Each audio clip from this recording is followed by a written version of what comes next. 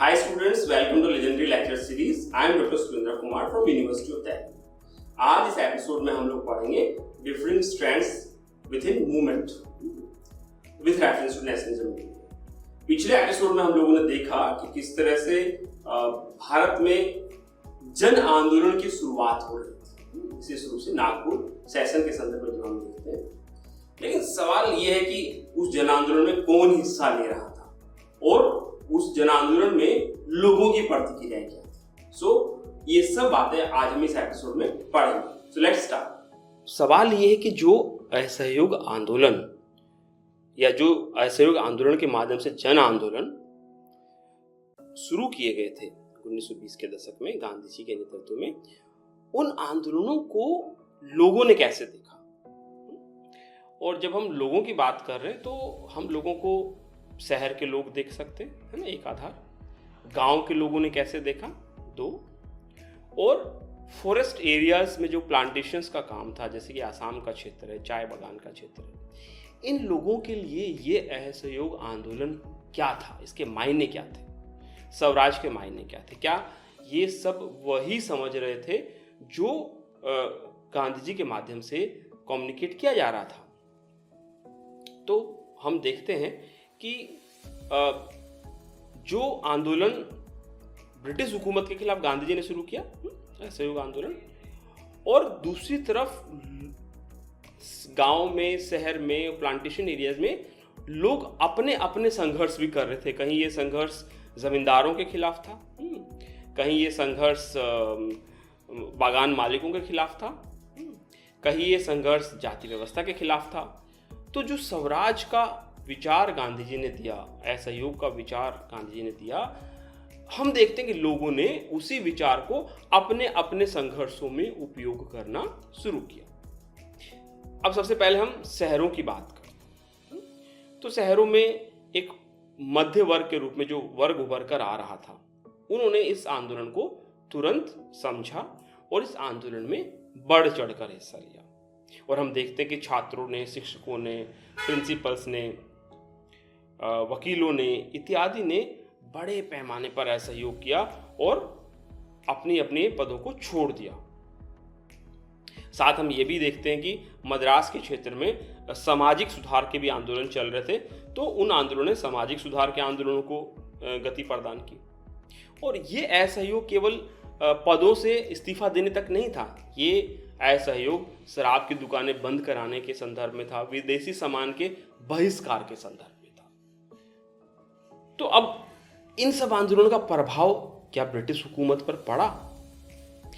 यदि हम इसे क्वांटिफाई करें, अगर हम समझें कि इसका कोई किसी भी परिणाम को हम क्वालिटेटिव क्वांटिटेटिव पॉइंट ऑफ से समझ सकते हैं, तो क्वांटिटेटिव इम्पैक्ट क्या है, तो हम देखते हैं कि 1921 से 1922 के बीच जब ये आंदोलन शुरू हुआ तो ब्रिटेन से आने वाला विदेशी सामान आधा हो गया, यानी कि जो इंपोर्ट हम करते थे वो लगभग आधा हो गया। और इस इंपोर्ट का इम्पैक्ट क्या हुआ, जहां 1921 में 102 करोड़ रुपए का सामान आयात होता था, वहीं 1922 में 57 करोड़ रुपीस का सामान आयात हो रहा था। तो ये तो एक इम्पैक्ट हुआ। दूसरी तरफ जब गांधी जी ने कहा कि खादी हम पहने या हम भारतीय परंपराओं को फॉलो करें, तो हम ये भी देखते हैं कि जब लोगों ने खादी पहनना शुरू किया तो भारतीय मील और हथकरघा उद्योगों को भी फिर से सामान खरीदने वाले लोग मिले। यानी कि जो ब्रिटेन ने भारत में डी इंडस्ट्रियलाइजेशन किया था, यानी उद्योगों को जिस तरह से बर्बाद किया था,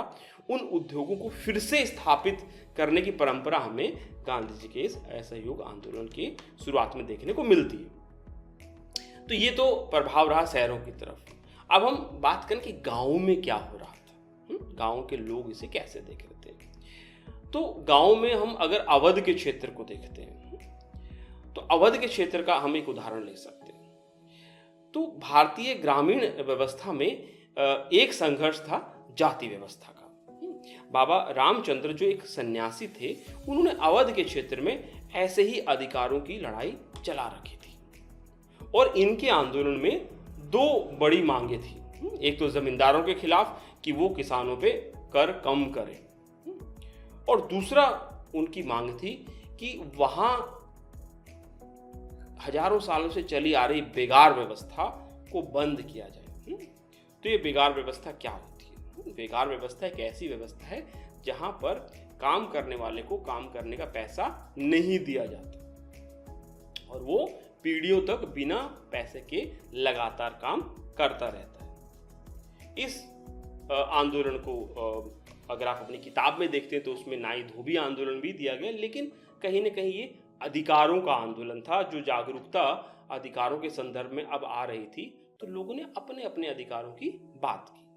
और हम देखते हैं कि ये बात वहीं तक नहीं रुकी। जवाहरलाल नेहरू ने जून 1920 ईस्वी में अवध का दौरा किया और उन्होंने किसान सभा स्थापित की। इस किसान सभा में का नेतृत्व नेहरू जी ने किया, साथ में बाबा रामचंद्र और ऐसे अनेकों लोगों को शामिल किया जो कहीं न कहीं अन्याय के खिलाफ लड़ रहे थे और उन सब आंदोलनों को राष्ट्रीय आंदोलन से जोड़ने का प्रयास हुआ और इसका प्रभाव भी हमें दिखने लगा।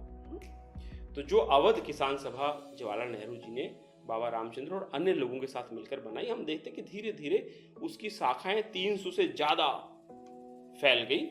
और अगले वर्ष जब भारत में असहयोग आंदोलन शुरू हुआ तो हम देखते हैं कि उस असहयोग आंदोलन में ये गांव के किसान और जो समाज के दबे कुछ लोग थे उन्होंने भी भागीदारी ली। तो ये तो हम बात कर रहे हैं ग्रामीण क्षेत्र में। जब हम पहाड़ी क्षेत्र की बात करते हैं तो हम देखते हैं कि आंध्र प्रदेश, जो दक्षिण भारत में आंध्र प्रदेश, वहाँ गुदेम पहाड़ी के क्षेत्र में आदिवासी लोगों ने भी आंदोलन चला रखा था। अब ये आदिवासी आंदोलन क्या था? तो हम देखते हैं कि मद्रास फॉरेस्ट एक्ट 1882 में पारित हुआ और मद्रास फॉरेस्ट एक्ट में ये प्रावधान किया गया था कि आदिवासी लोग वन में क्या उपयोग कर सकते हैं और क्या उपयोग नहीं कर सकते। लेकिन अगर मोटे तौर पे कहें कि एक तरह से ये सीधी सीधी वन क्षेत्र में आदिवासियों के वन उपयोग एवं वन उत्पादन के उपयोग करने पर पाबंदी थी, खेती करने पर पाबंदी थी। और अगर दूसरे शब्दों में हम कहें कि कहीं न कहीं आदिवासी समाज का जो जीने का आधार था, उस जीने के आधार को इस मद्रास एक्ट ने छीन लिया था। तो आदिवासी समाज इस एक्ट के खिलाफ अपने अधिकारों की लड़ाई लड़ रहा था और छापामार लड़ाई भी चल रही थी। इस लड़ाई के बीच में हम देखते हैं कि अलूरी सीताराम राजू, जो महात्मा गांधी के आंदोलन से तो रूबरू थे लेकिन वो अहिंसक विचारों से प्रभावित नहीं थे। तो अलूरी सीताराम राजू ने इस आंदोलन को मजबूत किया और उन्होंने सरकार के खिलाफ आदिवासियों की लड़ाई लड़ी। उन्होंने शराब बंदी की बात की ताकि लोग शराब ना पिएं। उन्होंने आदिवासी समाज को ब्रिटिश समाज से असहयोग करने के लिए बोला, लेकिन यह असहयोग हिंसक था, ये अहिंसक असहयोग नहीं था। और हम देखते हैं कि 1922 से लेकर 1924 के बीच इस क्षेत्र में लड़ाई चलती रही और अंततः राजू को मार दिया गया। निश्चित तौर पर आदिवासी समाज को अधिकार नहीं मिले, लेकिन ये हम देखते हैं कि कैसे आदिवासी समाज था, उसने अपने आप को दूर से गांधी जी के स्वराज के आंदोलन से जोड़ा। तीसरी तरफ अगर हम प्लांटेशन क्षेत्र की बात करें, वृक्षारोपण क्षेत्र की बात करें, तो आसाम की तरफ अगर हम देखें तो वहाँ पे जहाँ बड़े बड़े चाय के बागान होते थे, वहाँ पे ब्रिटिश हुकूमत ने इनलैंड इमिग्रेशन एक्ट 1855 पारित किया। अभी इनलैंड इमिग्रेशन एक्ट क्या था? यानी कि जिन लोगों को इन बागानों पर काम पे रखा जाता था उन्हें अपने घर जाने की आज़ादी नहीं थी। और अगर हम यूं कहें कि ये एक तरह की गुलामी व्यवस्था थी कि उनको सदियों तक उन्हीं प्लांटेशंस में रह के काम करना होता था, तो कोई अतिशयोक्ति नहीं होगी। जब इन लोगों ने सुना कि देश में स्वराज का आंदोलन चल रहा है, देश में गांधी जी आंदोलन चला रहे हैं और देश में ब्रिटिश सरकार के खिलाफ आंदोलन चल रहा है, तो इन्हें लगा कि बहुत जल्दी गांधी जी का शासन आने वाला है और बहुत जल्दी इनको भी इस गुलामी से आज़ादी मिल जाएगी। और इसका परिणाम ये हुआ कि इन लोगों ने भी अपने अपने चाय बागानों से निकलना शुरू किया और ये लोग अपने घर के लिए निकल गए। लेकिन पुलिस के माध्यम से चाय बागान के मालिकों ने इस आंदोलन को दबा दिया गया, लोग मारे गए, प्रताड़ित किए गए।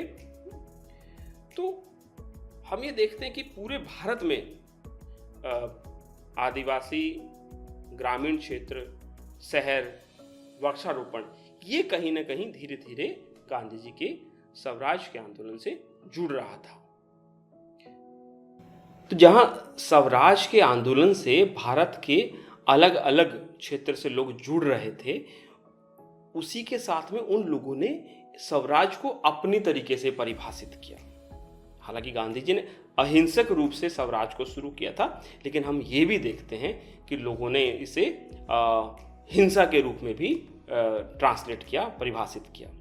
और 1922 ईस्वी में जब हम गोरखपुर की तरफ देखते हैं तो वहाँ पे एक घटना घटी जिसे हम चोरा चोरी कांड कहते हैं।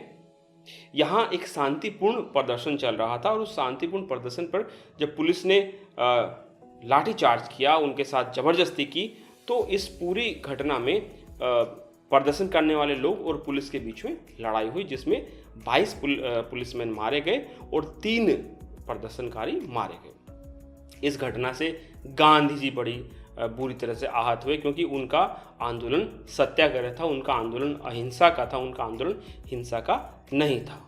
और चोरा चोरी हत्याकांड के बाद में गांधी जी ने अपना असहयोग आंदोलन बंद कर दिया।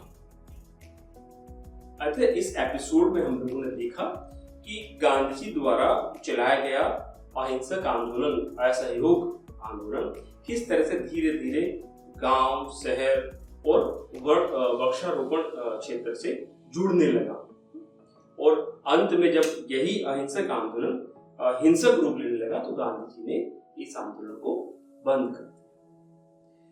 I hope you enjoyed this video. In the next episode, we will discuss towards the civil disobedience movement. Thank you very much.